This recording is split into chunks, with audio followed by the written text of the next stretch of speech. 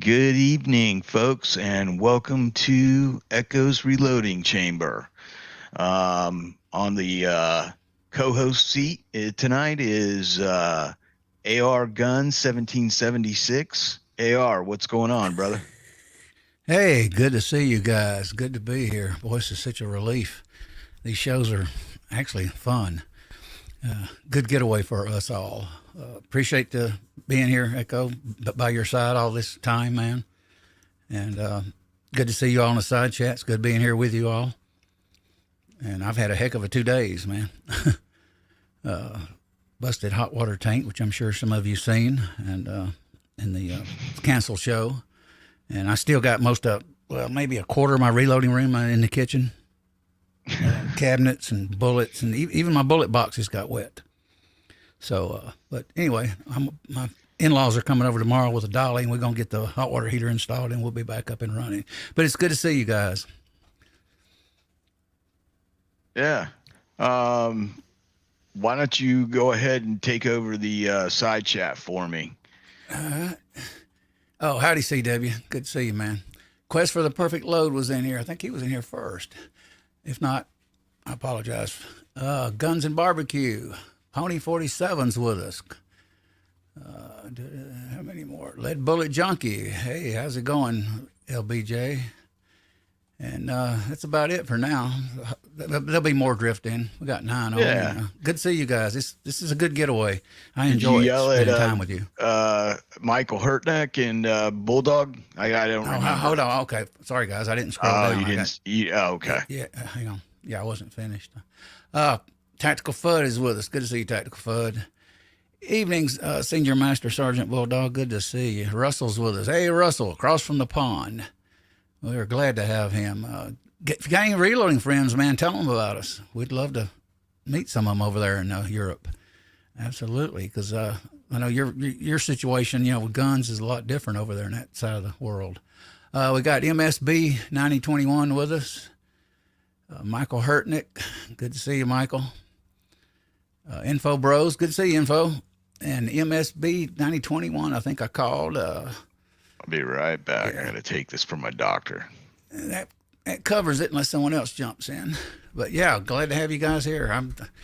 I just got through cutting the lawn, and usually I don't cut it when the sun's out that much, but I went ahead and got out there on the rider and knocked it out. It was getting, 6 inches tall. It was getting tall, in other words. But yeah, I got everything, guys, stripped out of here.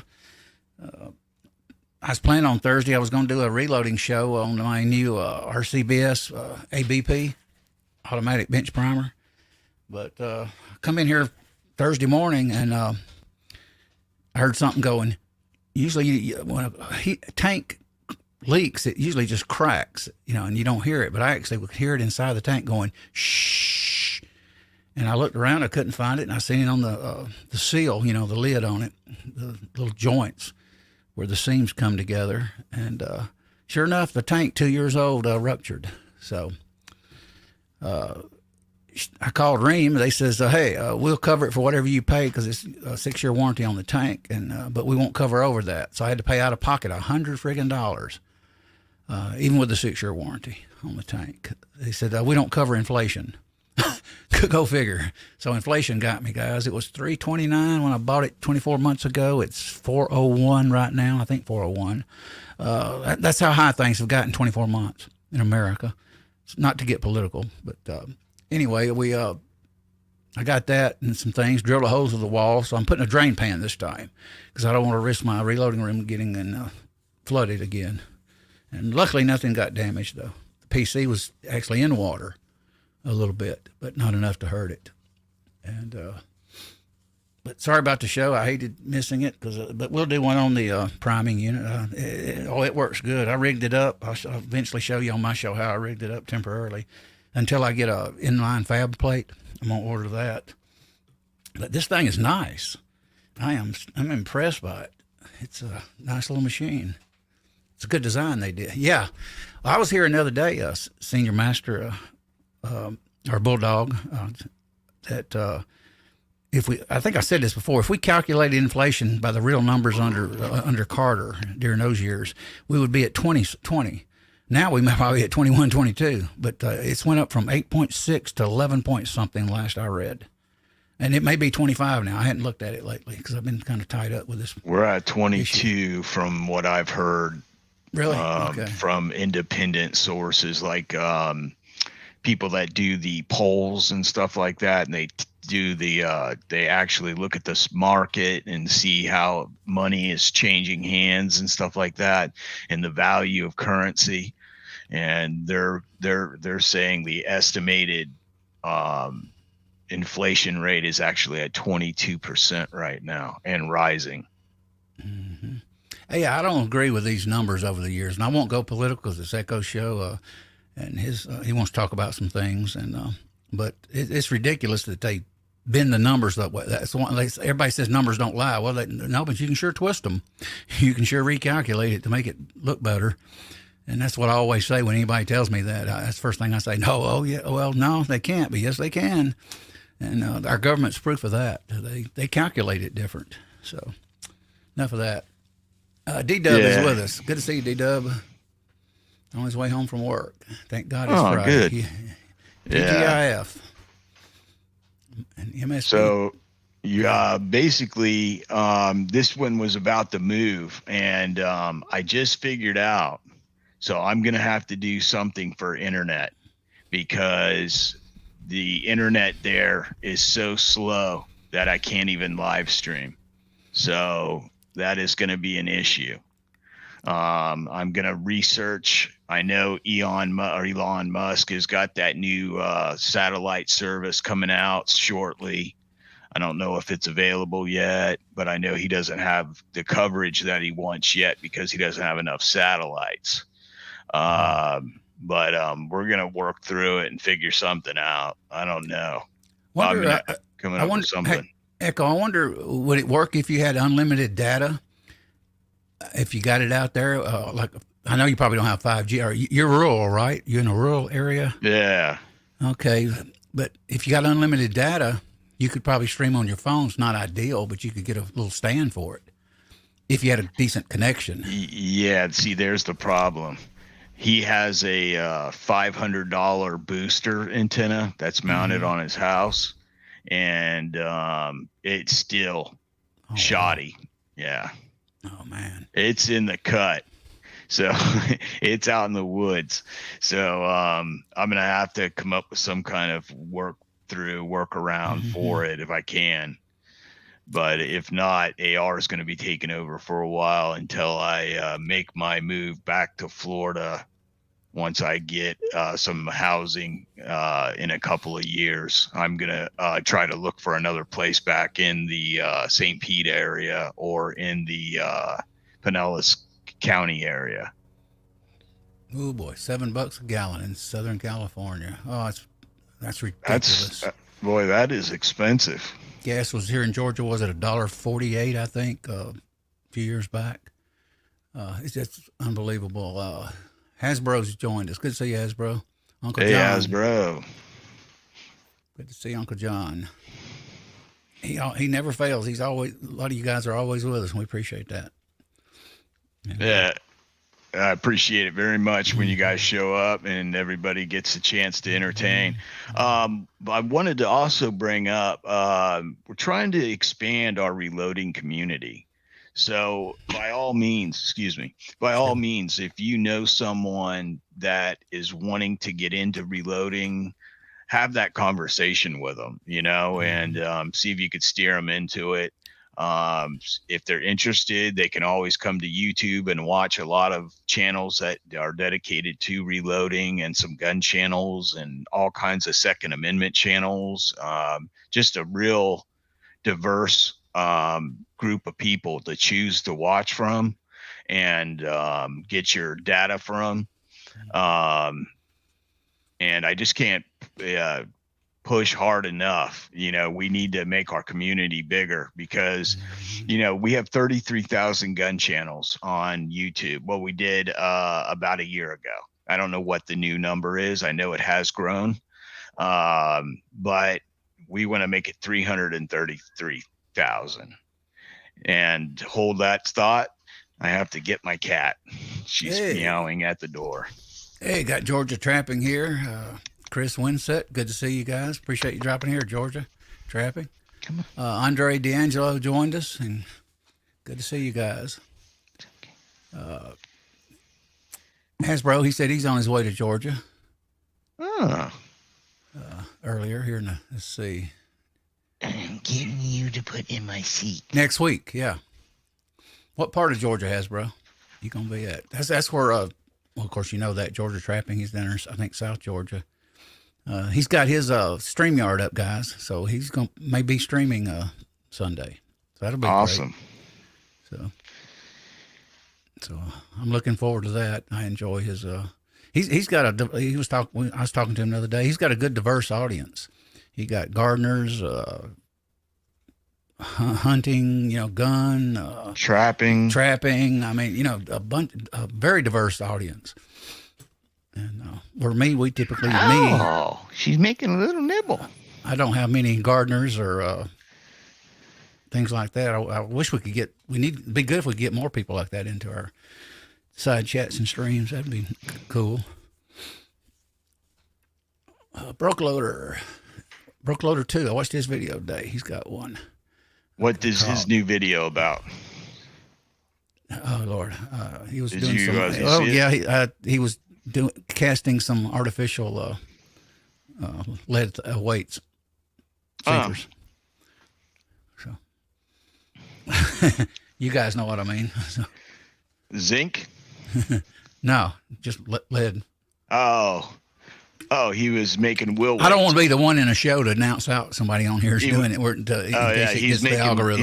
He's making wheel weights for his truck. Yes. Yeah. Yes. Well,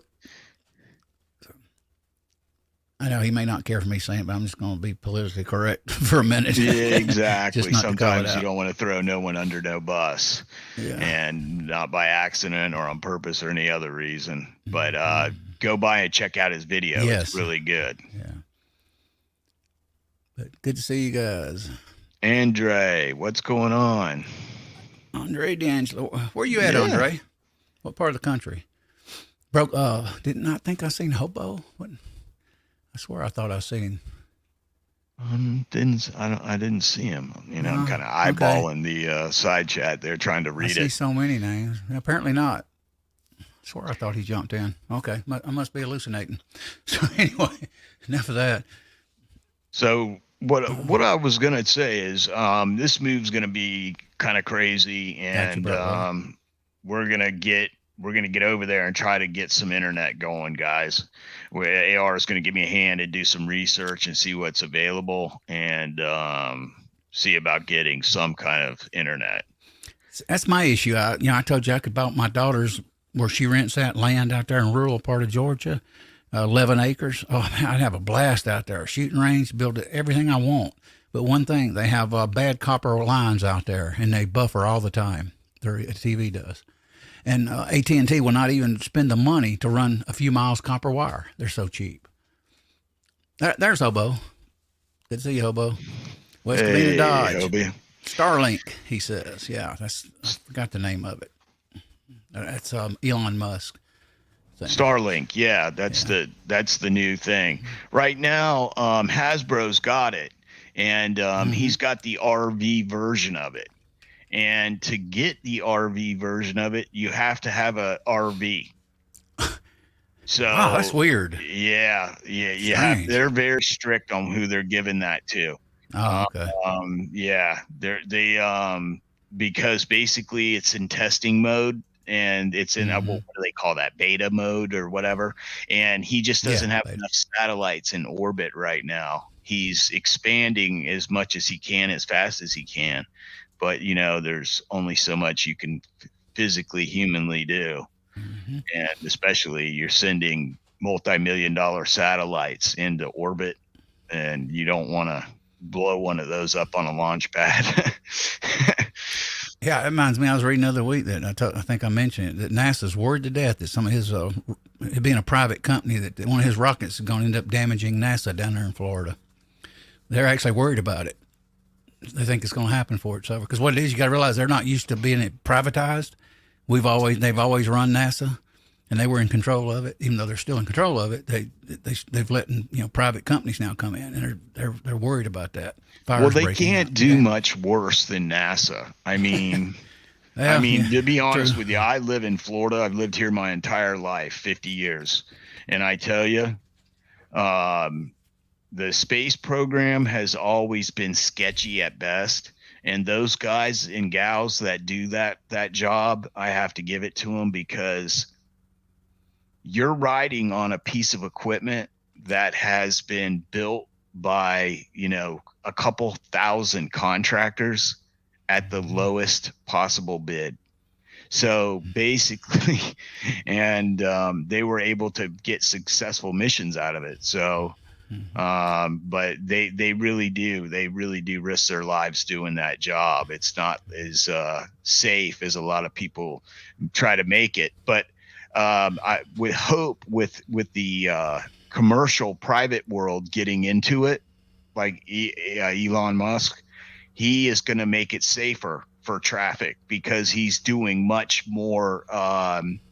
It's like the car industry. They take their knowledge from the racetrack and they bring that over into even their sedan cars. You know what I'm saying? Disc brakes. The first time disc brakes were used on a sedan was because they were used on the race cars in NASCAR. And so basically, it's the development of the race car has gone down and passed that knowledge down into the commercial production vehicle.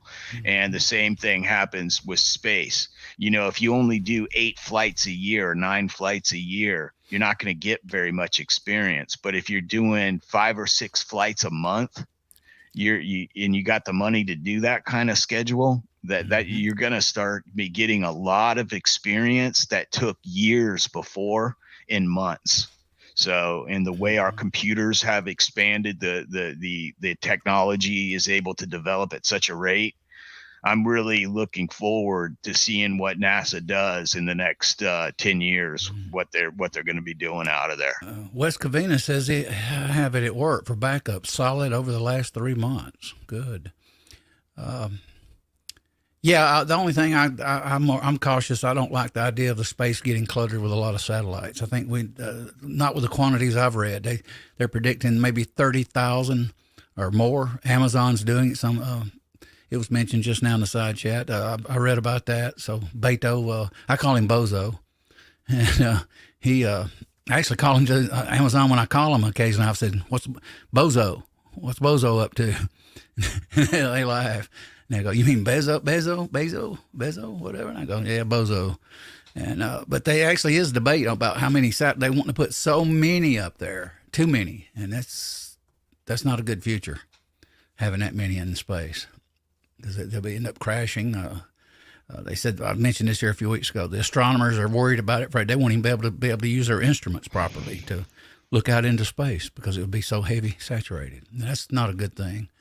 But our future is changing, and there's nothing wrong with getting those satellites up there. I think it's okay, but eventually, what's going to happen is those satellites will be retired out, and as the technology improves, where a desktop computer used to be huge, now it's still a bigger computer, but you've got a thin little monitor now that's a flat screen. Keyboards are all remote. Your tower is gotten off of the table underneath the monitor and gone to the floor. The quantity they want to do, though, is just mind-blowing. Well, I mean, we're not. Yeah. I mean, like 10,000, 30,000, 40. Yeah. I mean, but and that's why a lot of the researchers that's into space are actually worried about it. I mean, I'm not worried about it. We're going to do what we're going to do, and ain't nothing we can do about it. Yeah, but what you got to understand is eventually those satellites are going to get the size of a baseball, and we'll be able to launch them out of some type of system that more or less it'll look like probably, I'm guessing, a tennis ball mortar. One of those pieces of PVC that they shoot tennis balls up in the air. They put lighter fluid on them, and you put them down in a PVC thing and you light the back of it. You have like a cannon opening in it, and you can fire a tennis ball mortar and it flames. Well, eventually they're going to have it where it's that kind of thing. Maybe some kind of slingshot system, or maybe some very small rocket that's going to blow, like an SD model rocket, and it'll put the satellite into orbit, and the rockets will be disposable, and the satellites will be too. Like right now, we try to reposition satellites, and like with the Hubble, we went up a couple times to try to work on it because they had messed up, put a mirror in there that was not the right thickness. They didn't measure it correctly, and when they put it in there, the telescope wasn't working correctly. They had to go in and change out a couple small panels and update the software so that it could counter for the offset of the disc lens. Boy, we've got all over the map tonight. West Covina says, F them, let's put so many satellites that the Chinese can't shoot them down. Yeah, you ain't kidding. Okay. Yeah. So for reloading, I do have, this is the cool thing about the move. The internet will come, technology's coming all the time, and I'm sure I'll get it. The thing is, I'll be able to reload, and I have tons of storage room, and I have a couple of covered buildings, garages, and I've got 100-yard range, a 50-yard range, and a 25-yard range. Then I'm going to go in and put more steel up and get the tractor and cut down the grass around it, make it all look real pretty. And Echo on a tractor. Oh, my God. Blind man on a tractor he with knocks a bush the off. house over, the barn over. He's going to be evicted. No, I'm not running no damn. I used to run tractors when I was a little boy in my dad's construction business. I used to run a backhoe all day long, like child labor laws. No safety helmet, no steel-toed boots, just some jean shorts and a t-shirt. But those were the roaring 70s before OSHA. How's things going in Louisiana for you, Bulldog? Oh yeah, that's right. But it's a lot of humidity down there in that area. Yeah. It's more so than close. where I'm at. Oh yeah, it's more so that it's more like Florida than Georgia is. Yeah, because I've been to Georgia, I've been to Mississippi, Louisiana, all those southern states, and I would have to say Louisiana was probably the closest to Florida's climate, except a lot of swamps and water. Yeah, bridges. God, I went in 1980 in a tractor trailer. Man, we went over tall bridges. Everywhere I looked, just swamps. Oh yeah, wow. And people live out in those swamps. Heck, Duck Dynasty. Phil Robertson bought land back decades ago. I think it was in the 60s or probably 70s, and he said he didn't hardly give anything for it. And now it's worth a lot of money. Swamp. Yeah, it's all swamp now it's land. Worth a lot of money. Yeah. I'd like to have a boy. I wish I can get something cheap. I'd move there. I'd love it. And make sure I had a gun for alligators, though. That's for sure. Listen to him. He's scared of the alligators. Shoot him in the head.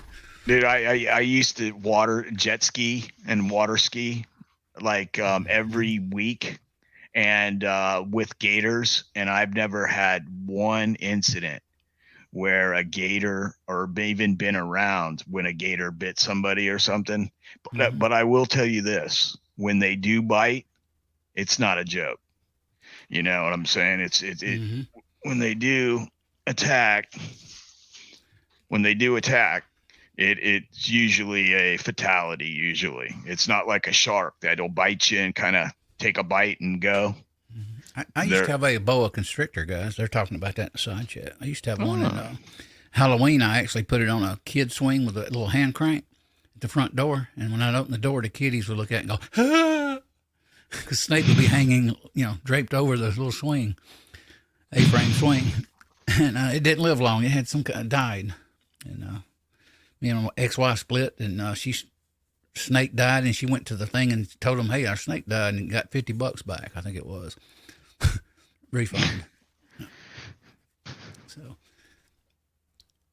She probably killed it and went to go get the $50 for it.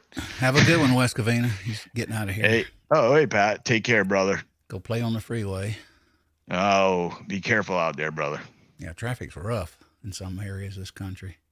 I don't even, around where I live, we got shopping centers now built not far from me. It was more rural when I moved here. And guys, it's about 4 or 5 or 6 o'clock in the evening, I don't even go out no more. I don't go to Walmart because everybody's kind of went crazy in there. If I do go anywhere, I'll go to Kroger. It's weird how Walmart people are so different than Kroger people. I mean, it really is. And I've seen fights break out or almost break out in Walmart, which you don't typically see that at Kroger. And when you see those videos of the Walmart videos on YouTube, they mean it. There's a reason they got those videos up. The people of Walmart. Just kidding, guys. Oh, man. We all got a little redneck in us, don't we, guys? Yeah, dude, I was in Walmart at like 3 o'clock in the morning here one night. I can't remember exactly why, but I think my ex needed something from the store or something. I can't remember exactly what it all was about, but we were up there very late at night, and I was in there by myself, and I was like, and it was like I wanted to like start like yelling, because I was like not yelling but echoing, making like whooping noises to echo. It would echo down the hall. I was like, wow, it's like no one's in here. And then I turn around the corner and there was quite a few people in there. They just weren't where I was, normally see people. There's no people at the early morning at the checkout line because there's only the self-pay things available. So when I came in the store, I was like, is this open? I was like, because there was no one there. And then I'm used to seeing the greeter. And then I seen this lady come around the corner with a roller dolly. And I was like, okay, they're open. So I was like, but it was weird. Mm-hmm. But I want to talk about reloading a little bit and about, new reloaders. Obviously, we need to get into the sport, and seasoned reloaders that have been doing it for years and putting out good content on YouTube, and now on Rumble, I guess, is where everybody's putting their videos for fishing weights, and basically so that's kind of cool that they've got that set up. Mm-hmm. I've been over there and watched a couple of things. I've been spinning through my head for weeks. I mentioned to you all guys last week. Didn't mean to interrupt you, Hicko, if you wanted to say anything else. Oh, go ahead, brother. The other week we mentioned in a stream, what you want, what equipment do you have, and I've been pondering. We're going to get into reloading for noobs, and I'm gonna eventually do a series on that too. And that's something I've been pondering for weeks. Tackling. And a lot of people have done these. About it. Yeah, we've been talking about it, but the thing is, brother Chris is doing one right now.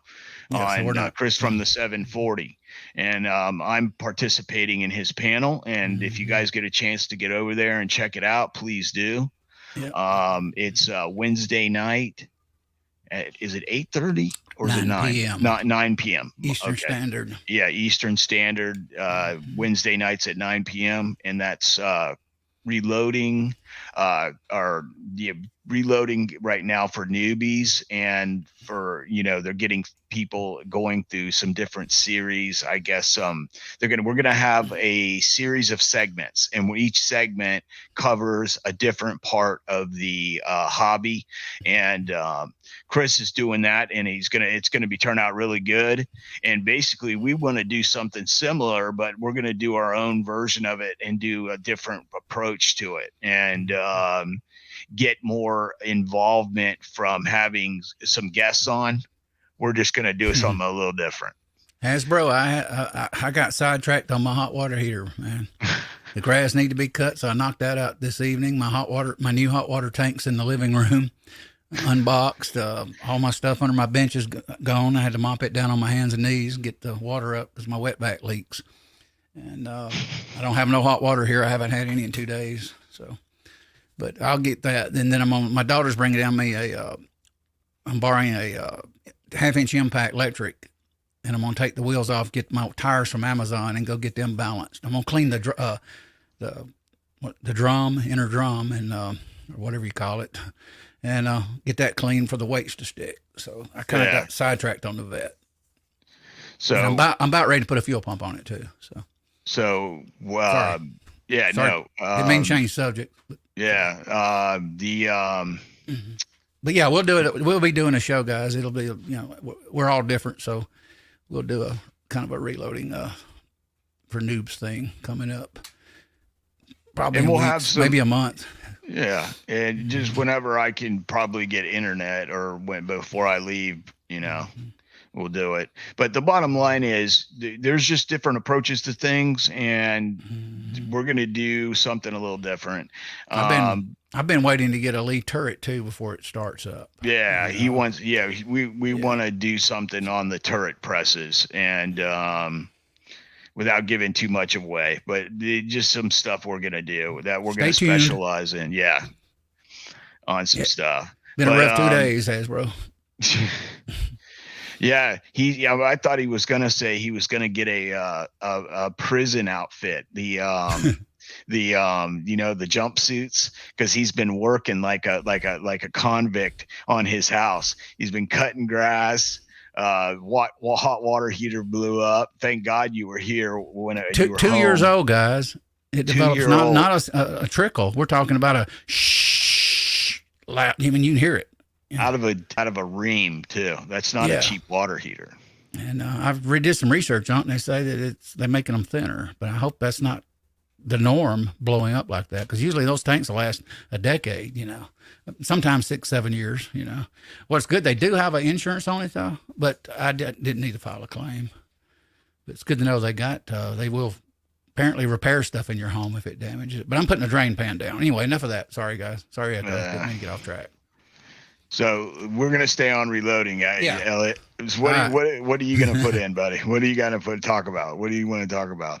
You want to get a turret press? You want to get a turret press? Yeah, I want to get that. Maybe some other Lee stuff. I hadn't decided on what Lee stuff I'll get. And now I'm not. It's kind of hard for me, guys. That one reason I haven't did it, and it's been on hold. But what we're planning is because I can't. It's kind of hard to go on YouTube with a stream and go beginning reloading on a T7 turret and a Dillon. I mean, because it's just, I don't know. We may go beginning to intermediate to advanced to precision. We're giving it away, but it's okay. Give them a little bit of what we're going to do. To give the whole thing away. We're going to get deep into it. We're going to dig deep. He's getting deep. He's got both shovel and a pickaxe out. Yeah. All right. So listen, you fellas and ladies and gentlemen, basically, we are basically trying to do some. I'm going to start doing a little bit of promotion work on the side through some gun shops too. Once I get moved. And I've already contacted a couple of small places that have FFLs, and we're going to be doing something with that too. So there's going to be quite a bit on the plate. I just have to get good internet so that I can tell you about it. Where you at, Michael? You in Haiti or Haitis? 150 outside. 150? Can't be that hot in America, is it? He says that Aragon's, you're lucky it's 150 outside, so don't need hot water. Yeah, with anything over 100 degrees, you just turn it on cold and you just stand in the shower because as soon as you get out, you're going to start sweating. Bulldog says I don't really reload. I just played one on. We played one on YouTube. Still the Holiday Inn.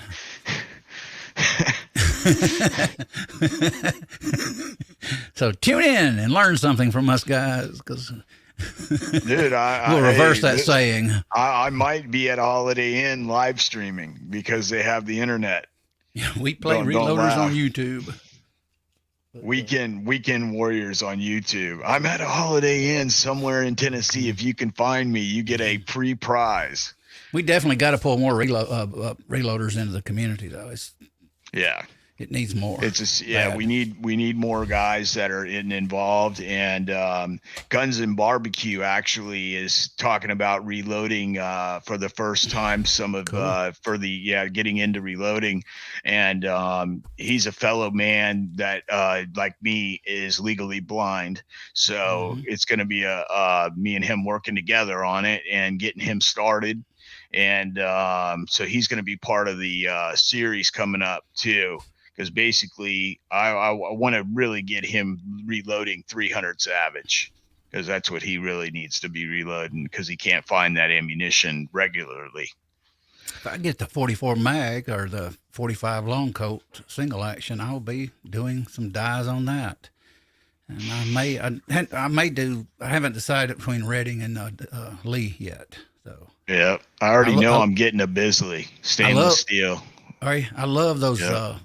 gold label Redding die sets. So they're nice, premium, something Yeah, like that. I think Cowboy got one here recently. It was on a video with one. They're good dies. Those I've are. got the what was it? Was it the gold? I don't know. I I think got a you got the 40. pro, isn't it? Pro Yeah, level. yeah, Or maybe it's something. the pro. It was expensive. I know it was almost $300. It was Redding has so many different types of die. I mean, different different categories that sets. is Yes. staggering. As a new reloader, a long time ago, I looked at it and I said, "Whoa!"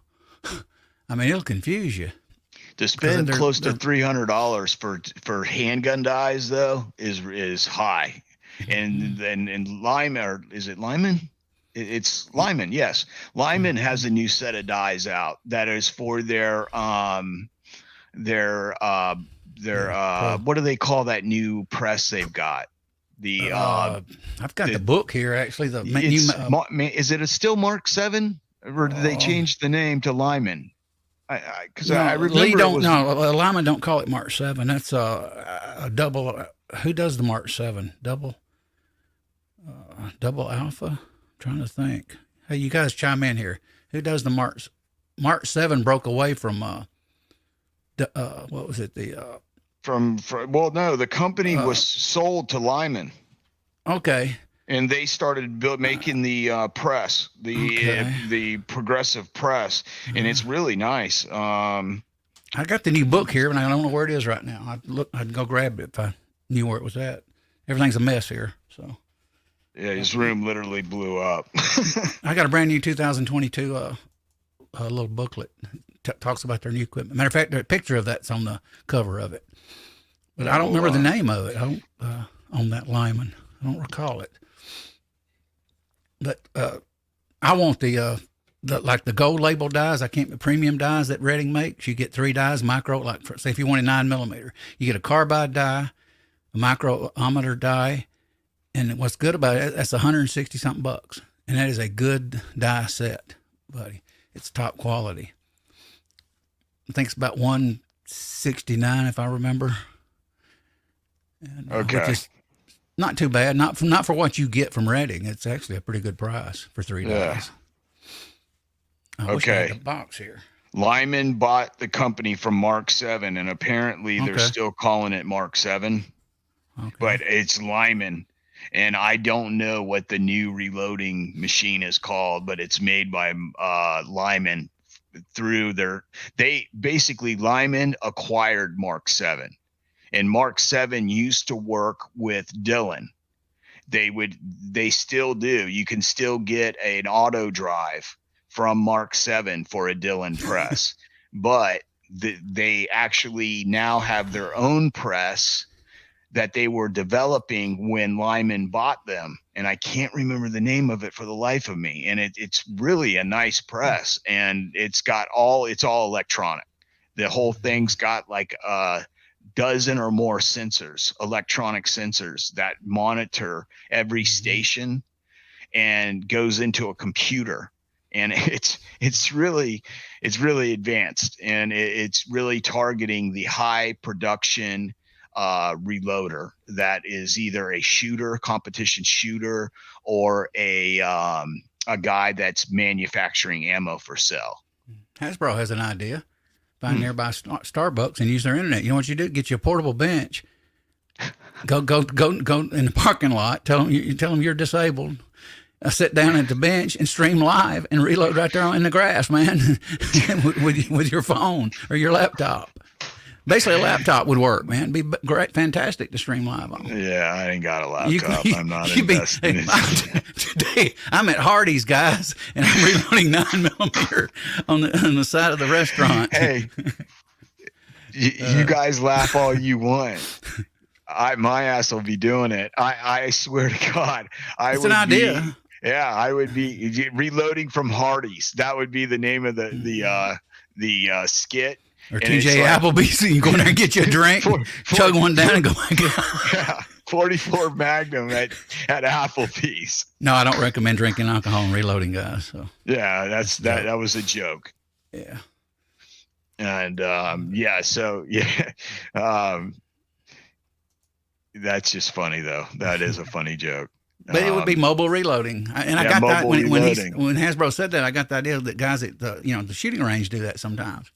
I've seen. Yeah. It. So if I could still drive a car, it'd be on. I'd have a van, and I would just drive up to the local shop, and I would even let the girls know inside what I'm doing. That way they could keep bringing food and beverages out, so I don't get dry throat, like sitting out there in that van cooking like a mock. You know what I'm saying? Because I'd probably be in there sweating. Hey, Rick's Life as I See It joined us. He said, you guys are high-end reloaders. I use Lee. I got Lee dies, and I'm going to get a Lee turret, Rick.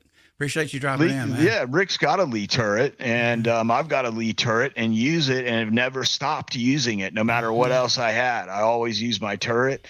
And I did a test between the Rick, if you're out there listening to this, I did a test between the RCBS Rock Chucker, the Summit, and I think I've got it right. I might be one of those off. The turret and the Mech Marksman, and I did a review comparing them all with the Sinclair runout gauge and doing multiple pieces of brass on different dies. And I got on my Lee die 223. On my Lee turret press, I was getting less than 1,000th run out. Yep. Which is marksman type stuff. I mean, that's what you would get on hand loading Lapua brass is less than 1,000 to 0. Number one thing that a lot of maybe new or even older reloaders, you look online, you'll see them in forums. Oh, I don't like that the head flexes. You just can't get accurate ammo. Oh, I don't like that the turret head wobbles. That don't mean you're going to get bad ammo. You still do get pretty good ammo. No, because if you actually look at the press, when you tilt that press, when you take the play out of that press and you tilt the top of it back, that turret is designed. It sits on a spring with a stainless steel ball bearing roller detent on the back side of it, and it's got a bushing that's held down by tension with a kingpin bolt through the middle. And basically what they're doing is they set the torque specs to the tension so that you have a little bit of flex in that plate in the top turret. And when it flexes back and it locks against that kingpin bolt and the back of the turret, that top of the turret is actually totally square with the ram on the press. When that press ram comes up and it buckles that turret head, just gets it to go back a couple of thousandths of an inch, that zeroes that head of that shell holder in the on the ram. It makes it 90 degrees square with the bottom of that die. And that's why they tell you to remove that little bit of play out of the die, out of the turret before when you're setting up your dies, even if you're using carbide ring dies. I agree with you, CW. I mean, some people will even take the redding and actually put it on. You can put it on wet sandpaper and rub it. And actually, matter of fact, Redding's actually told people to do it and take a little bit of the play out of the Redding head. And sometimes that'll stop your run out, tighten it up a little bit. But you can have too much flex in a turret. Well, mainly what I was getting at. But there's a certain amount's fine, and sometimes you're okay with it in some presses. But you can minimize it some on these turrets if you know what you're doing. Yeah. And the Lee turret, what I like about it is you can really adjust the way the turret sits by adjusting the turret bolts that hold the turret to the press, and then you can also adjust the turret angle by adjusting the turret head on there by squaring it with the die. But what you always got to remember is the Lee turret has a little bit of slop in it too. I know but that its one. slop is not, doesn't tilt. So in other words, it's not tilting the head of the turret till it hits a stop, and then that's square. Okay. Basically, it's got a little bit of travel upward, and the turret goes up the same amount all the way around. It's got stops, and when it comes all the way around and hits those stops, that's what makes it square, and that's what takes the flex, because every turret has to have some slop in it so that it can actually turn. James Pollard says at 100 yards, I see no difference in accuracy in the Lee turret or single stage. Yep. That's true. That is true. CW said there's a sleeve inside the kingpin that sets your distance. You could take to 10,000 pounds. It's not going to change. Yeah, actually, what I heard of, Redding told a guy is on YouTube somewhere that take his turret head and put it on some sandpaper and go back and forth. Uncle Jim does certain, not turret heads, but he does some of that sanding on the bullet sizers, I've noticed, and shave stuff off. But you can close the flex on a T7 if you know how to do it. But yeah, I have Quest said he loves the Forester. Best loading purchase he ever made. Yeah, I've got I think it's the B5 or the B series Forester, and it's a good press. Yeah, I've just been working the mech lately, and I like it. Yeah. Oh, it seats both. I like it because it's just fast. I can change. I'll actually going to be setting that up where I'm going to be. I'm going to have another room to set up another plate, another quick change plate from Inline Fab, and have another have my my coax in there as well. CW has a video showing everything about flex, correcting flex in turrets. Yep, that'd be a good one. Check that out, guys. Yeah, that's a good one. But it can be done. CW has a different design. I'm trying to get on to CW real quick because I want him to drop a link to hit that video. Hobo, speaking of Quest, I've always liked Forester Quest Press. Just so hard to it is high. Boy, I think I gave $350 something for mine. I'm trying to think who I got that from. I think Brownells. Yeah. Back when there was no tax. I shouldn't say that. Government might be listening, but no tax and nothing. Plus, they had the free shipping back in those days. I wonder, I ain't even seen what that press is going for lately. There's no telling with inflation. Hasbro, I guess, is taking off. CW, drop a link to that to your channel in the side chat, brother, if you can. I got you, CW. That's what I was aware of that. CW says sanding that sleeve. Yeah, that's what I was actually talking about. I just didn't say the word sleeve. Yeah, and you don't actually sand the turret bottom head. Of the turret head. Yeah, yeah, you do the sleeve and the the actual bushing. That's what it's called. Thank you. I'm like, turret sleeve. That isn't what it's called. I'm like thinking, what is the name of it? If it's not a bearing, it's a bushing. But I had to think of slide bushings for a minute on 1911s. So where we're at is with turrets and with the Lee turret is that is a quality press for the money they charge for that thing. It's a quality press, and it does the job. And I have no complaints. I've been using it on handgun ammunition and 223 and 300 blackout. That's my favorite press for 300 blackout. And Uncle Jim uses the hell out of his when he's doing load testing, so he can switch back and forth from calibers. He's got a really cool idea. Uncle Jim took, I want to say it's PVC, if I'm right. Was it PVC? I'm not sure on that. And you know how he's got like he's got a bench or a hold on, what am I thinking? A shelf, in his reloading room, and he's got all his turrets mounted, and I forget exactly how he did it, but he has a way of doing it, and he's got a video on his channel that talks about how he does it, and how he makes his little turret stands, and he's got like 10 turrets or something like crazy like that with all the different calibers on it, and all he has to do is grab one and change them out, and it's really quick. I'm really getting interested in doing something like that, because where I'm moving to, the humidity is a lot lower, so that I'll be able to keep my dyes in turrets and out of the dehumidifying cabinets. CW, if you can find that, you go in there and find that video of doing that turret head. If you send it to my email right quick, I'll put the link in this side chat. Oh, he's got a wrench. Okay. Yeah, he's got a wrench. He can do it. We just don't see it. Post a link, CW, if you want to. He says, I think I'll search that video. Yeah. It might be popping up, guys. So yeah. I got to hang That's on. a good one. I've got Norton tries to sell me stuff in the middle of the live streams. And they keep putting windows up. They've been doing that for months. Quest for the perfect load. He has got a new video out.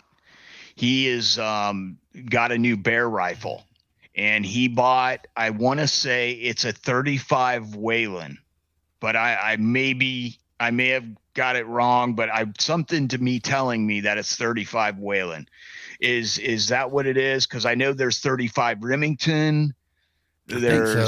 I think you're right. Yeah, there's, and I've heard of it. Yeah, it's a single shot breakdown, and it's got a big barrel on it, and he put a 3x9 on there, so he's perfect for dangerous game like bear that he's going to be shooting. And he put some bullets down range with it, and the I want to say he had Federal and he had Remington, and I want to say the Federal shot better than the Remington. One of them shot really a little bit better than the other one, but they both held a 2 or 3 inch, which is perfect for a bear, at 100 yards, 2 or 3 inch spread. And so I'm real interested in seeing that rifle again, and we'll see what he gets into this year for the hunting season of bear. Hey, Walter's joined us. Good to see you, Walter. What's going on, Walter? What have you been doing, brother? I watched a video from Walter too just the other day, and I'm trying to remember what he was doing powder coating. And he was doing he had 2 new colors out for his powder coat. And he had this one that was this awesome looking purple that came out really cool looking, and he had this other one that was a burgundy, but it looked black under like regular fluorescent or LED lighting. It looked black, but as soon as he took it outside and put his camera on the bullets, you could see they were a glossy burgundy, and it was really a neat looking color, because it just went from like a brown or like a black color to just a burgundy color as soon as that sunlight hit it.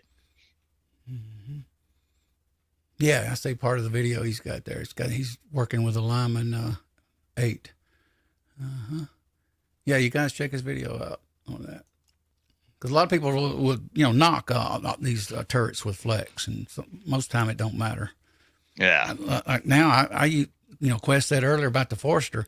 I use the Forester for several years now, and I don't use my Big Boss 2. It's sitting over here. I don't do anything with it most of the time, and it's a good press. I mean, tight ram, everything. It's like brand new. I just mostly use the Redding turret, and I'll probably end up using the Lee when I get it, and the Forester. Dude, it's going to be hilarious. It's going to be hilarious.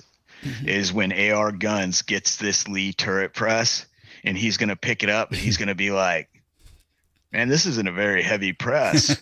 And he's going to be like making judgments because, when I got it, it was my first press. So I had no idea what they were supposed to weigh, what they were supposed to do. I just got one. And when he gets it, he's going to be like, I don't know about this thing. But once he puts that thing on that inline fab mount and he locks it down and he starts reloading with it, he's going to be like, it's so easy to change the turret heads. He's going to be like, the T7's good because it's got 7 holes. But with the Lee, even though it's only got 4, you can change the heads out so quick that it doesn't make a difference. So it's really, really neat how fast those heads will change out. Colors. Broke Loader says it's Sinbad purple. Hey, yes. Bernie Sanchez, BS joined us. HIPAA jumped in there. Good to see you guys. Thanks for dropping by. Hey, fellas, what's going on? Nice to see you in the chat tonight. Glad I wished I had that press. Sorry. Yeah, you need to get that press. But once you get done paying for your vet and your roof, somewhere in that thing. Oh, boy. Yeah, like this week, it was emergency money on my credit card for the hot water heater because they don't pay for inflation on the warranty.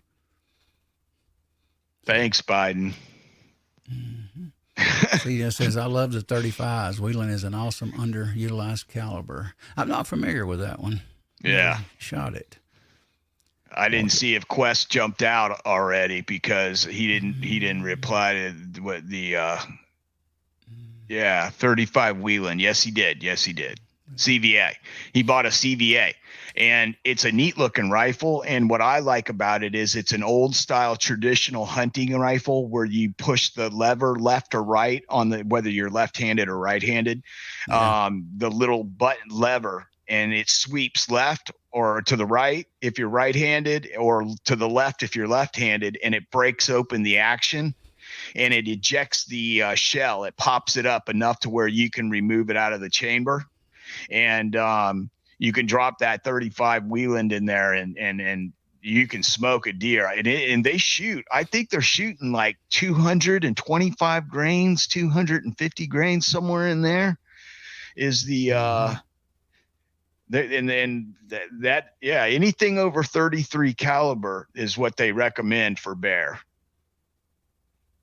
And they do that because they want the hunter to make a clean bear shot and kill the animal humanely and not get eaten in the process.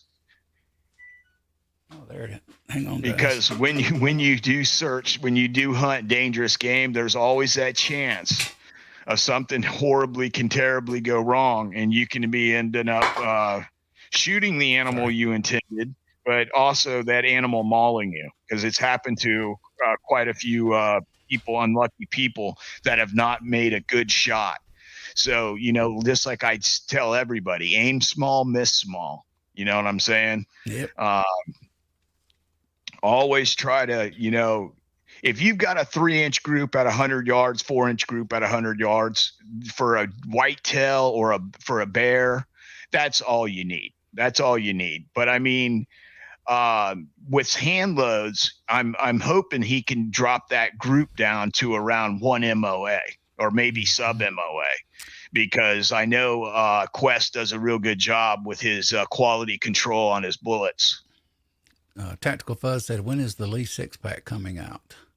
The 6-pack? I don't know. Maybe somebody inside chat might know. I don't know. Hold on. That's the new progressive, right? I've seen a picture of it, I think, online. Quest says, yes, CW, I need to try 250 grain bullets. Also order 180 grain Barnes factory ammo to try. Interesting. Did you get the TTSX bullets?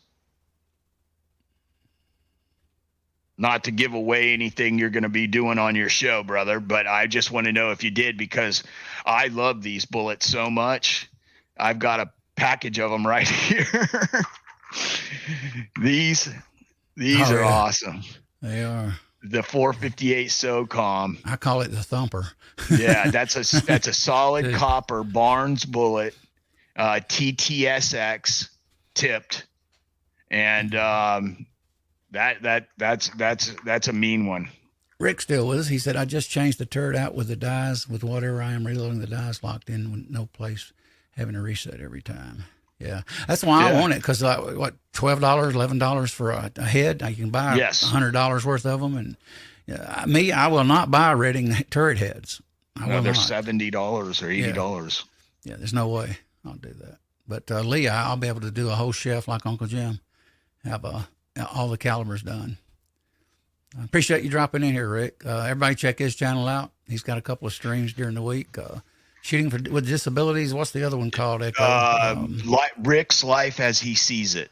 Well, yeah, I know that. I thought he had another name for his show, though. I meant. Yeah, one is Shooting with Disabilities. Yeah, and one show is called Rick's Life as He Sees It. Okay. Or Rick's Life or something like that. I'm pretty sure that's what it is. Rick, correct me if I'm wrong. And let me do something for Rick real quick here so he can put a link to his channel. Put your link in the side chat here in a minute, Rick, if you like. Yeah, I'm going to give him a thing. I've said this before. I like watching his streams. And I appreciate the invite too, Rick. I'm going to try to get in there. Just got a lot going on. And matter of fact, I'll try to give you a call sometime. We'll talk a little bit. They cover some different topics sometimes. Walter says, I'm with you, AR. I don't buy extra rating turret. Yeah, I just can't. Even if I was loaded in my retirement years, I just would not buy 7 or 8. Just no way in the crap I would do it.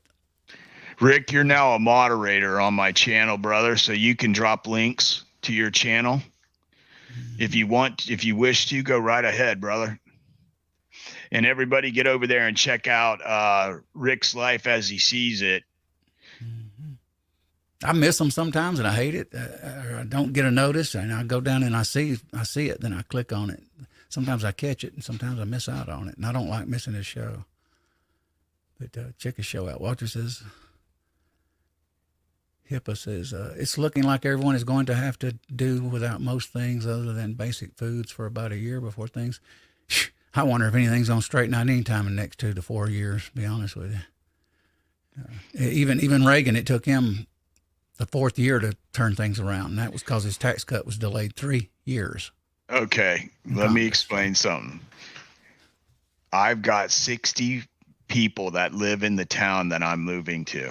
60. Mm-hmm. That's 60. That's not 100. That's 60. So I've got this morning... We had 15 does in our backyard with 15 brand new little what do they call the little baby deers? I call them does. Well, yeah, but they're babes. They're little. That's what I used to say, babies. What was the name of that deer? What was the name of that deer that show for Disney? Bambi? Nah, that doesn't help. I thought maybe they would have something in there, but I don't know what they call the little tiny baby deers. But all their mothers were in the backyard this morning and had all their babies with them, and they were, hanging out eating. My cousin throws down corn, and they come in there and eat that and the alfalfa, and they love it. Hey, Red Dog, what is that? Lab you got, or a golden you got a dog there. I was trying to see the breed. Looks like the golden retriever to me. They favor Red Dog. Yeah, he says, I like Rick and New York Outcast banter. Yeah, they cover some different topics from time to time. So yeah, I like jumping in there and listening.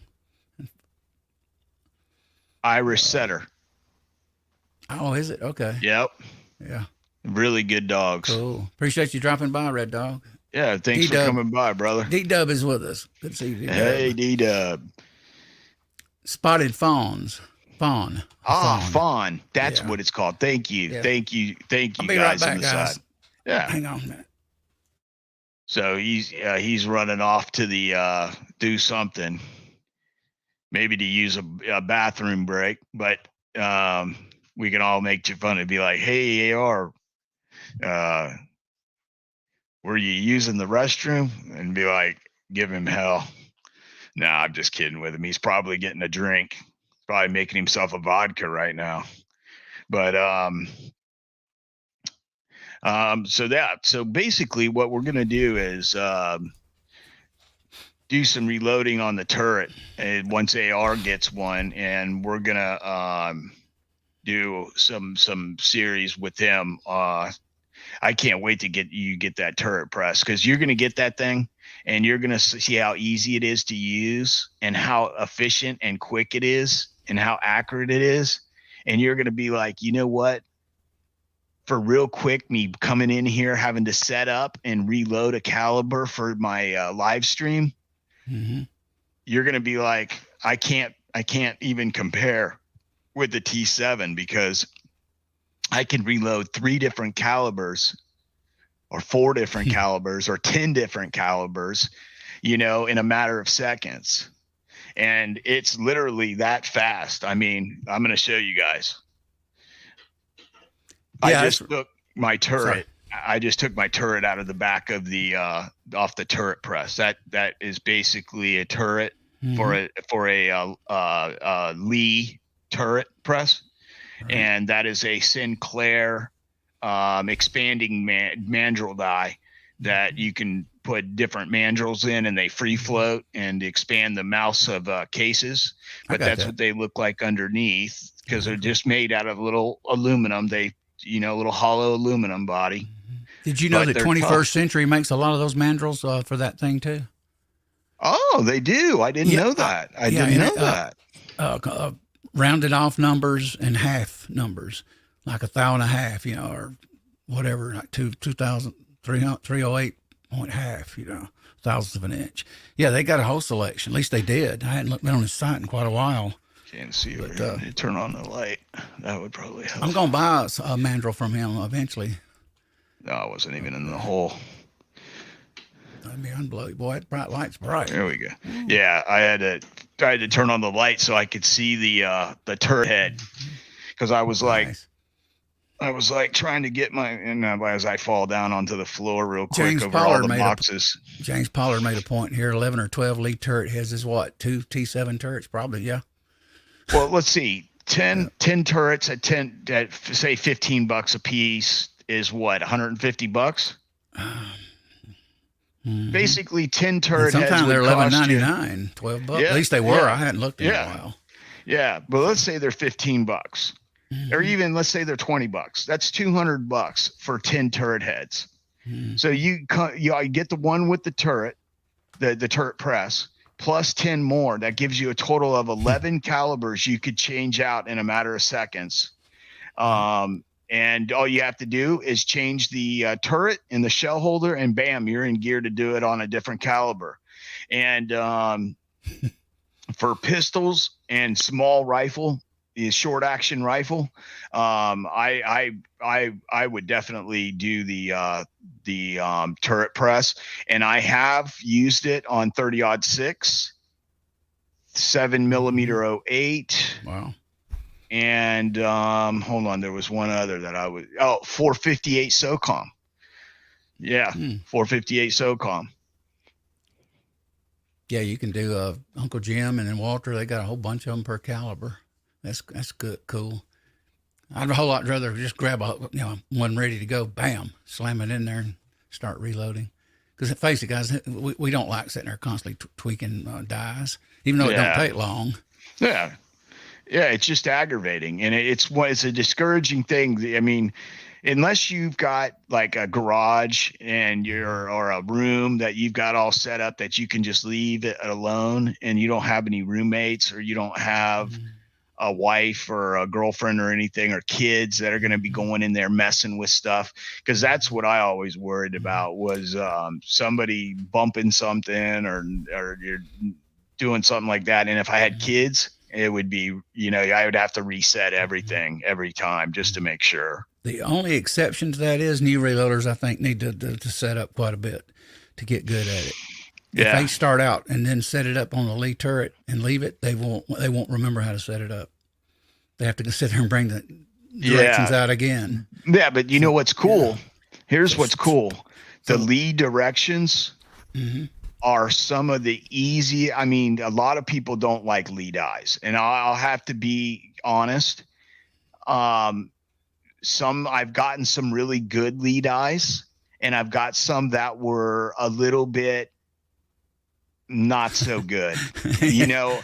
But to be honest, though, for the price that I'm paying for them, and I'm getting a weep hole, I'm getting a really polished surface for the body of the brass, and they leave the neck purposely rough for so that it will not stretch the neck. If you hmm make, they found out at Lee that if you make the neck surface that resizes the neck super polishy and smooth, it hmm grabs it grabs the brass and will elongate the brass and cause the shoulder to cave in on itself sometimes.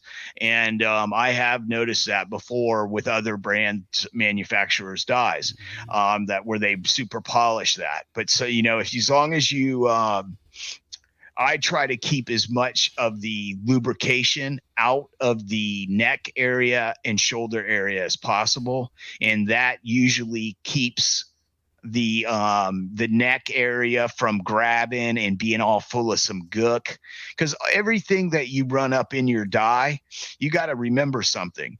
You're using thousands of pounds of you know, if not hundreds, you know, you're getting into the high hundreds, low 1,000 pounds per square inch of pressure that you're causing on the outsides of these bodies of these cases.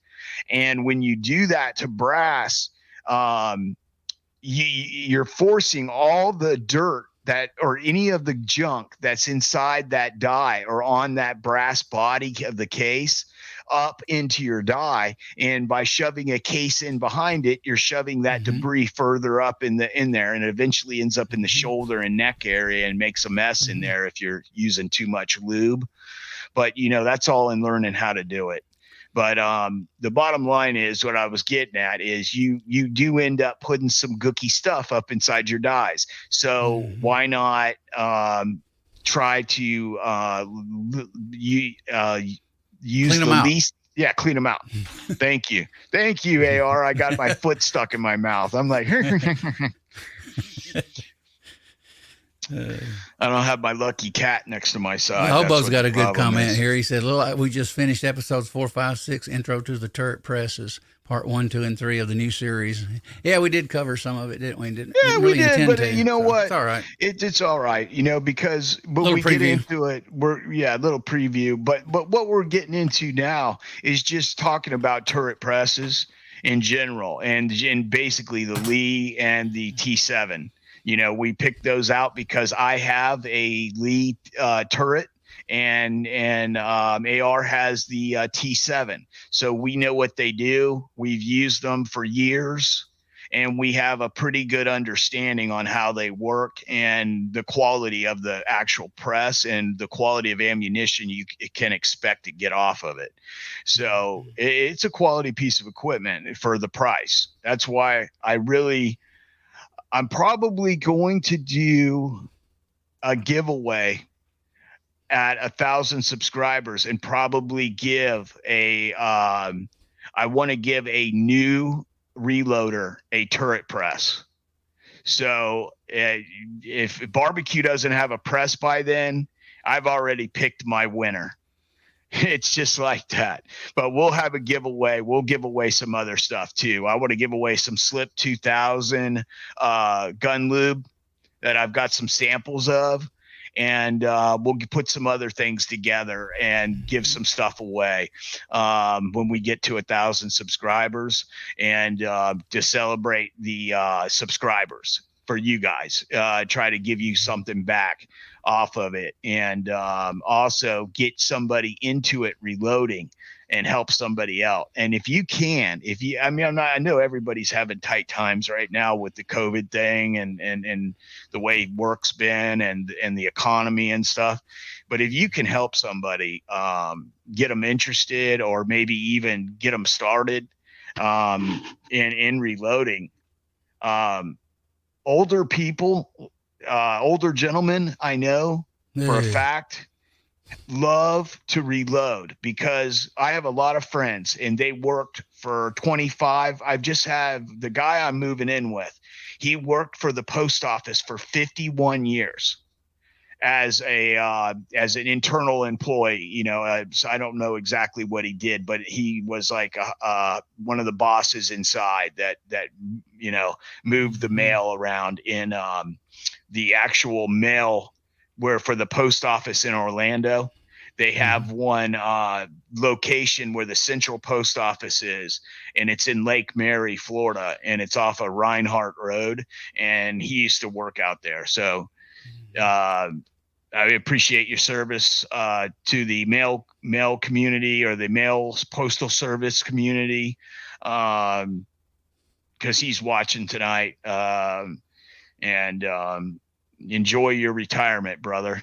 That's something CW addressed, and we don't do a lot, and that's clean your dyes. A lot of time we reload for weeks and weeks and don't even spray them out. I spray it out sometime with, what is I spray it out with? I was thinking denatured alcohol, a gun scrubber. I do Hornady's gun lube. I've done it with that, with Dynaglide. Yeah. Did it with, what else? Heck, I have to go in there and look. I got my stuff's not in here. It's in the kitchen. I don't do brake cleaner around a reloading press, a bench, because brake cleaner will melt plastic hoppers. Yeah. So, yeah. Don't ask me how I know.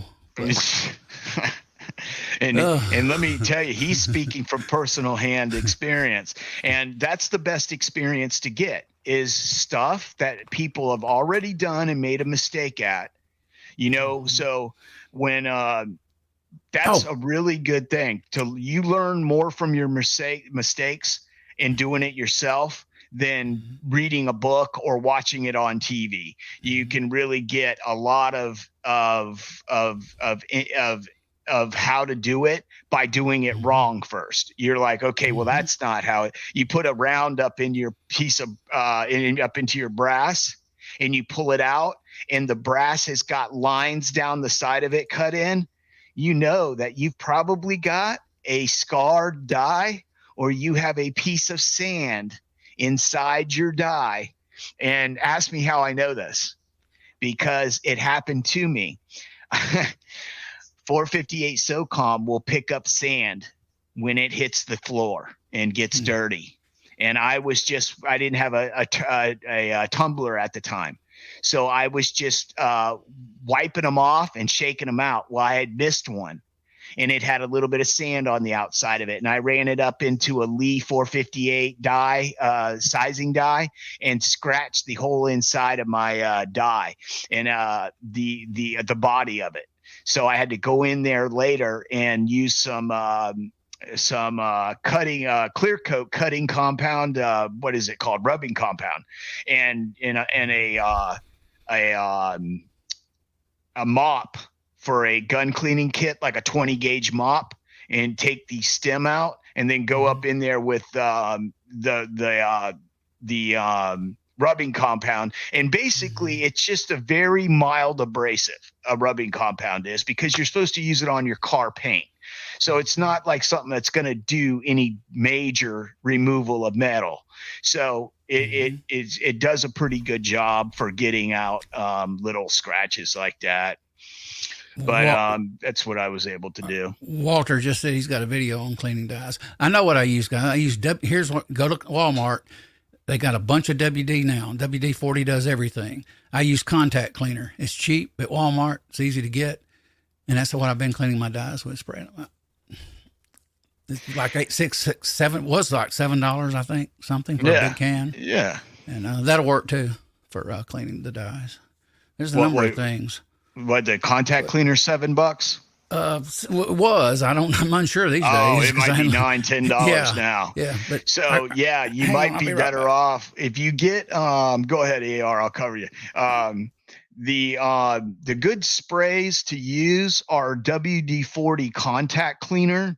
Then AR is getting a can of it to show you guys. Gun scrubber or Break Free, made by the company Break Free. gun cleaner, gun scrubber, or a carbon scrubber, I think it's called. Or blast off or something like that. But they're made for cleaning barrels, and it's denatured alcohol, so it's safe on your polymer frames. You want to test it on your fiberglass frames that Ruger uses, that fiber. Use a little Q-tip with a little bit of that denatured alcohol on it, and rub down just a little spot on the inside of your mag well. Shine a flashlight in there and see if you have made a mar. And if you have, do not use it. That's a good way to test, is with a Q-tip and make a little mar on the inside and see if it leaves a little nookie or something like that in there. And if it does, you don't use it on the frame. Don't put that on your frame. But I know it works fine. Gun scrubber and powder blast. Powder blast is made by Break Free. Gun scrubber, I'm not sure who it's made by. I think it might be Winchester, but they're both available at Walmart. So they have it over in their firearms section, and they usually have it over near the targets and stuff like that. So you can go ahead and get the gun scrub, or the Break Free powder blast, or the WD-40 contact cleaner. And basically it's denatured alcohol. And you can even get denatured alcohol and make your own spray bottle, but be remembered, alcohol eats plastic. And the bottom line is, if you use a plastic spray bottle, you're going to get very limited life out of it. It'll eat the seals out of a spray up, one of those little spray bottles you buy at Walmart or whatever, the plastic ones. You definitely want to use the what was it? Was it plastic that it melted? No, it ruined the O-ring seals inside. It didn't hurt the actual plastic.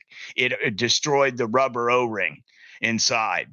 So you don't want to use it on a paint gun for that painting cars, or a paint gun for playing survival games, because they're full of O-rings. But basically you're good with the actual bottle. You're just going to the sprayer's going to give up because of the O-ring on the bottom of the sprayer. So if you get a stack of O-rings, you'll probably be fine with it. But yeah, AR disappeared. I don't know where he went. But what I was going to tell you guys, ultrasonic. Okay, I'm going to switch cameras here, and I'm going to show you what I use. Hold on here. Where are we? There we go. Let's see here. I'm back. Well, guys, looks like which is my go-to. You can hear me, right? Yeah, I can hear you, brother. Yeah, my go-to WD-40 contact cleaner is not in here anymore. And what's weird is I just had a roommate move out a few months ago. It's not even in my reload room, and it's supposed to be. Go figure. Oh, no. I hate that. I hate that. But they make a, hang on, they make a gel lubricant. They make everything now.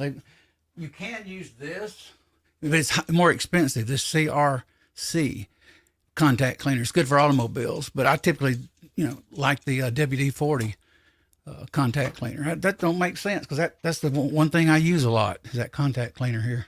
I think you probably put it somewhere, brother, because you were using it. I don't. No, it don't ever leave the room. Oh, well, it might have when you moved everything.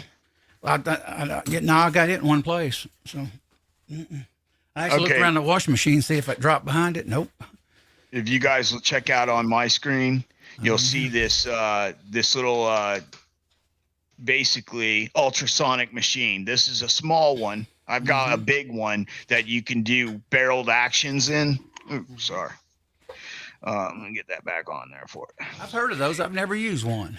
Yeah, cool. They use basically hot water, distilled water, and you can use a little bit of degreaser in the water, or a little Dawn soap, and stir it up a little bit, heat it up to about 102, 103 degrees, and put your dyes in there. Make sure they fill up with water.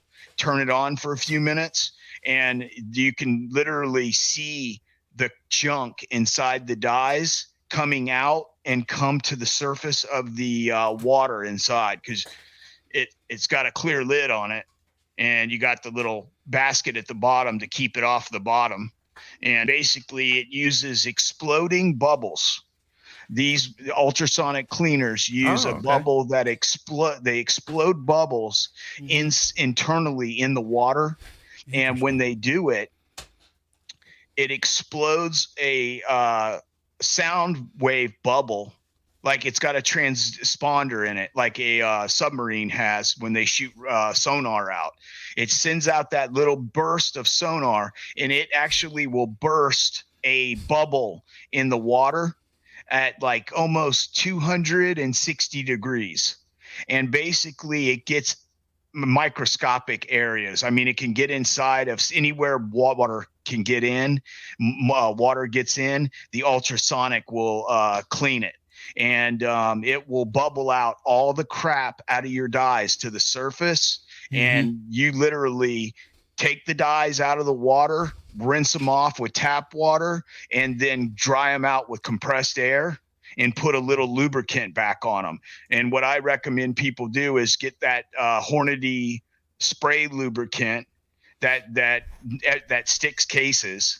And I'll even show you, not a stuck case, but I'll because I don't do that. You know why I would like to have that? What you got? I want one to put upper slides of a semi-auto in there and boat carrier groups. Yeah.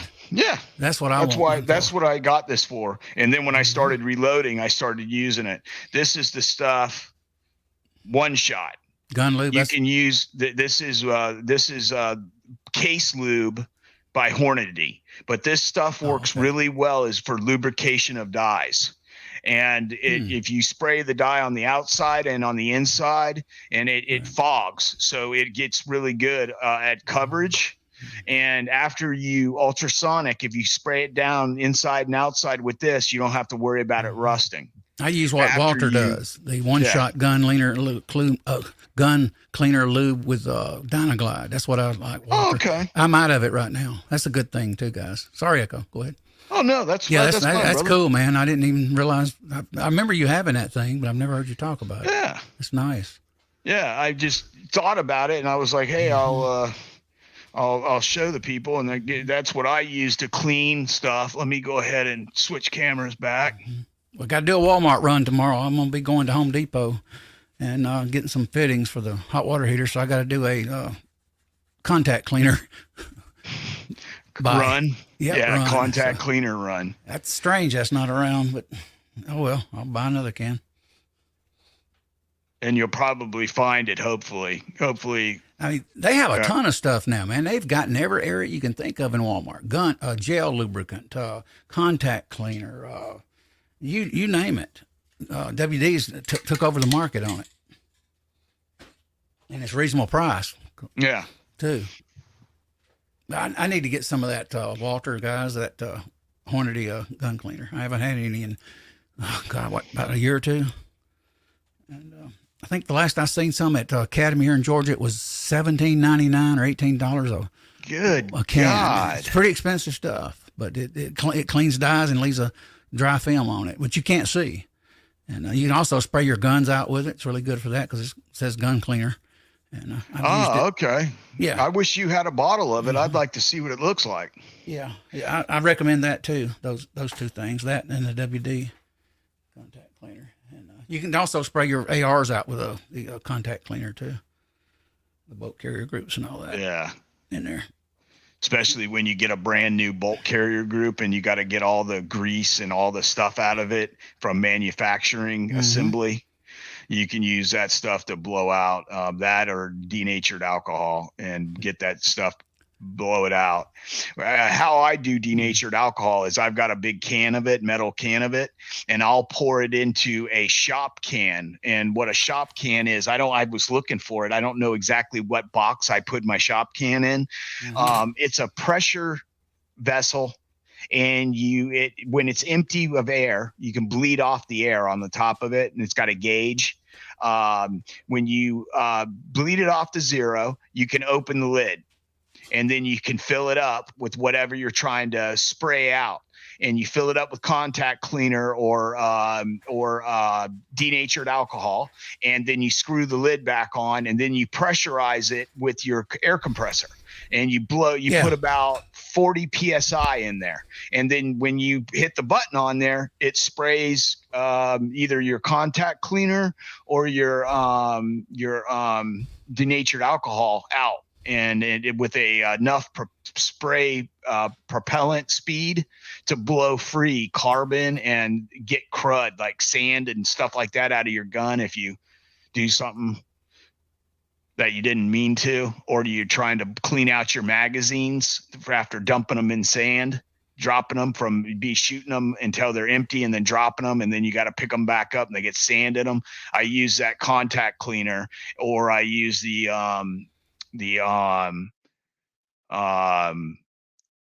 denatured alcohol, because I don't want to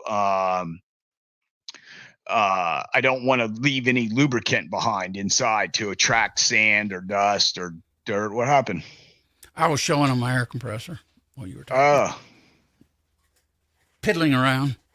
I showed them earlier when you were talking. I showed them my RCBS. I put the camera. I've actually got the camera in my hand, and I can zero in on things. Very good. Very good. Like, check this out. You didn't see it earlier because you were busy. Watch this. Let's see, Pro. So I can. See there. Oh yeah. It's gonna be jittery, guys. So I apologize for that, but it's got a stabilization. It doesn't jitter very much. Actually, it looks pretty dang good. I've got it on the bench with 2 clamps, a washer, and a little piece of 2x4 right now. Yeah. So it is working. Yeah. And what is it? The mother of invention is necessity. Yep. Yeah. There in time, you go. I hope to get the inline plate for it though soon. I just got hit with so much money with that hot water heater in the car, so I'm trying not to go back in debt again. I don't want to refi my house, and I won't refi it at 5 or 6%. No way. So. Hey, what is Hobby's Hobo saying? He goes, Walter Bunning still shakes from it. What is he talking about? Let me see. I wasn't following it there. Oh, I use contact cleaner to clean electrical connections. Yeah, that's what it's really for. But it's good. It's good cleaner too. Yeah. For guns and dyes, and you can also use mineral spirits to clean your dyes. Drop them in a little container. Yeah, mineral spirits does work good. Mineral spirits works good for cleaning just about anything. I used to clean my cutting surfaces at a kitchen with mineral spirits when I worked at Steak and Ale. I think that day the company went out of business, so we don't have. There's very few of them left. But the bottom line is, I used to clean the cutting surface with mineral spirits because it would sanitize and clean at the same time. Bulldog says y'all going to may have shirts made with these products. Yeah, we'll wear a shirt and spray it down with a gun cleaner. Yeah, right. Hey, if they want to write me a check, I'll wear any type of shirt you want me to.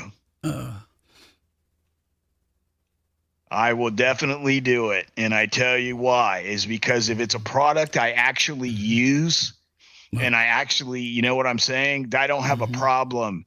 I just am not the guy that's going to be looking for a product that sucks, and then they want me to tell my friends, which in my family here on YouTube, that it's great. I'm not going to do that. I'm going to tell you exactly what I think of it with my sample size, and I'm going to be honest with you and say I only bought 1 can of it. So could there be a difference? Yeah, there could be between this one and another bottle, but I'm just telling you what my bottle did for me or didn't do for me. Let me touch on what Red Dog says. What do you think about brake? I just touched on that.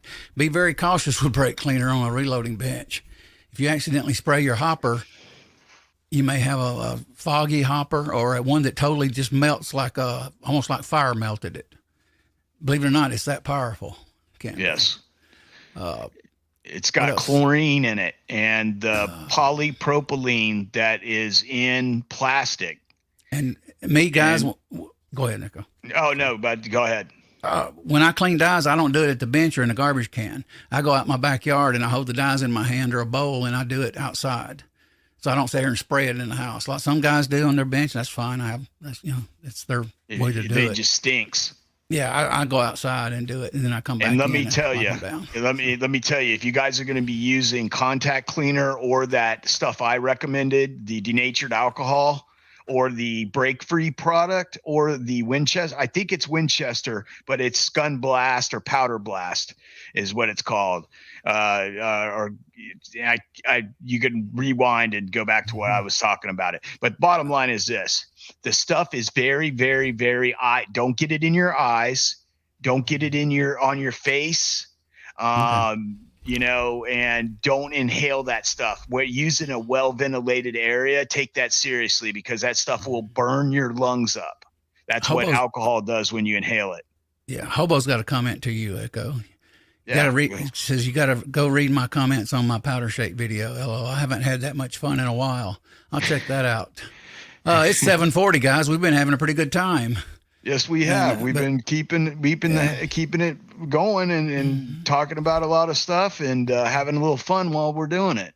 And we're gonna work on trying to find me some internet so that I can actually do streaming from where I'm at, because I really want to be able to do that and share what I'm able to do at my house, being able to shoot and stuff.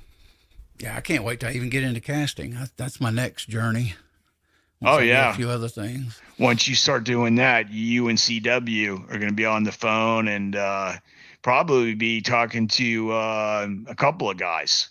Mm-hmm. A lot of guys do the casting in our community, and good for them. I'm a big diehard fan. If I could see and I didn't fall down a lot, I would definitely do casting. But I had a nightmare of me falling down and grabbing the cord of the pot and pulling it off on top of me. That's right. I forgot. It's Lee dyes that have the O-ring in there. I didn't think about that one. You also, even on a powder hoppers, you got to clean it with alcohol. You got to be careful about the O-ring. You'll dry it up. The O-ring will dry out and crack. I'm so used to redding, I don't think about the Lee at times. Yeah, I should have said something there. It does have an O-ring. What I do is I remove the bullet seating stem, and the bullet seating stem cap has an O-ring on it.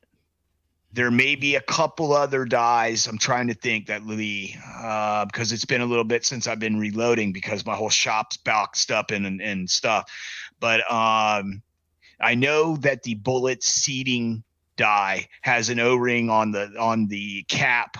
Trying to remember if there was any other Lee that had an O-ring on there to restrict the movement. And man, for the life of me. I know you're okay with the full length sizing dies. Those, even if they have a carbide ring, you're good with the cleaning stuff, the surface or contact cleaner. You're good with that and the denatured alcohol. D-Dub's talking to you. He says, you thinking about Starlink, you need to pre-order sooner than later. Yeah, I'm going to look into that too, about that Starlink, because that would get him online. But it's expensive. It is? How much is that stuff? I think last I looked online on one kit, I don't know how much you got with it. It was like $500, but that was several months ago. Holy mackerel. It could be higher, especially if you buy the whole kit. Like maybe Hasbro knows more about this than I do, so I won't talk about it on that. But speak with Hasbro, he'll let you know probably. Now I'm going to do some research on it. Yeah. See what the cost is.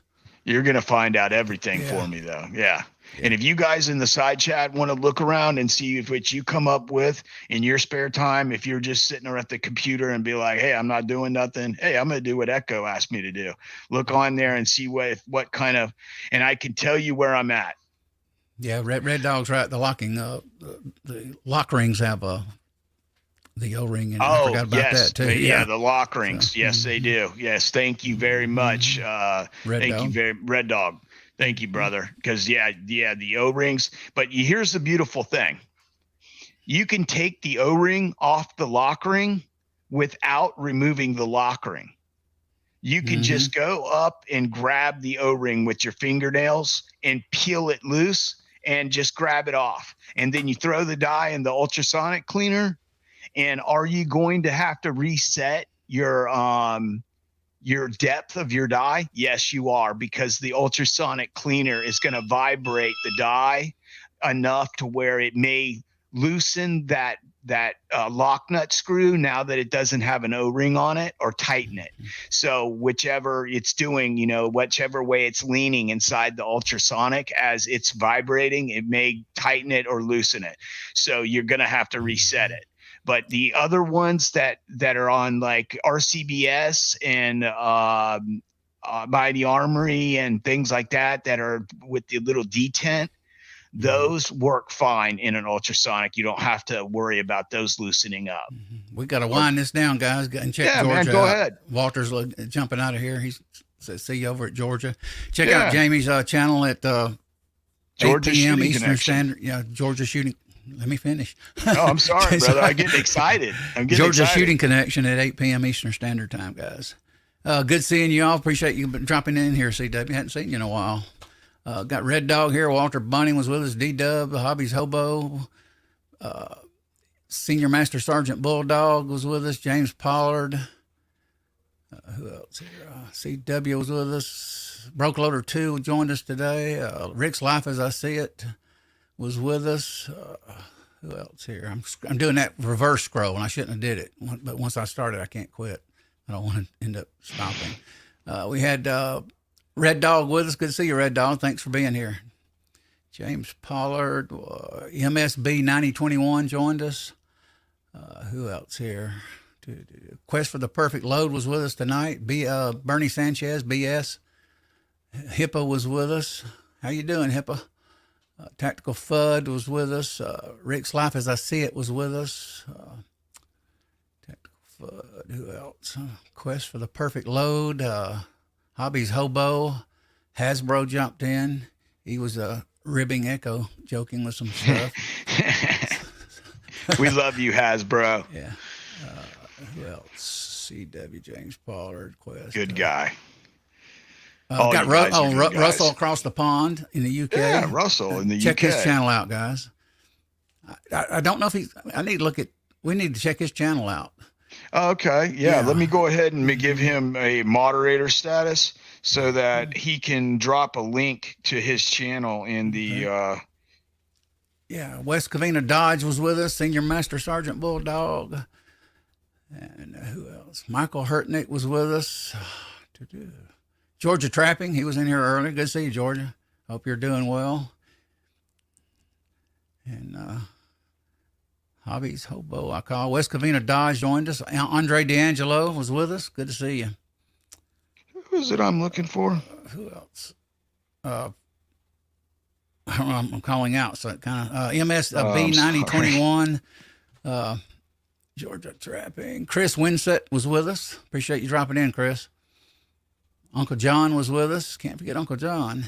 He's always with us, too. Info Bros jumped in here earlier. Appreciate you coming in, Info Bros. Senior Master. I hope I didn't leave anyone off. Pony 47 was with us. Guns and Barbecue jumped in earlier. That was about 5:38. And that's it, guys. And Echo over here and me here. We're glad to have you all, guys. Really, you are the show. Well, I don't really consider it, I can't speak for Echo, but basically the show's not about us. It's about all of us as friends. And we're community. We're gun community. We're reloading community, and we are friendship community and brother and sister community. So we all stay together. We all roll together. We all fall together. So we always stay positive and going forward. I'm going to be moving on October 1st to a new spot in Tennessee. Purdy Town in Tennessee. Yeah, Purdy. You're Purdy. You're Purdy, not pretty. Reminds me of Purdy. Deadwood when guy, he's an old man. He's going behind the woman that's rich and the son. He goes, "You're Purdy." He goes, don't talk about that no more. She says, "That's enough." All right. Appreciate you guys being here. Take care, ladies and gentlemen. You have a great evening, and I will see you over at the Georgia Shooting Connection. Go over there. I'll see you there.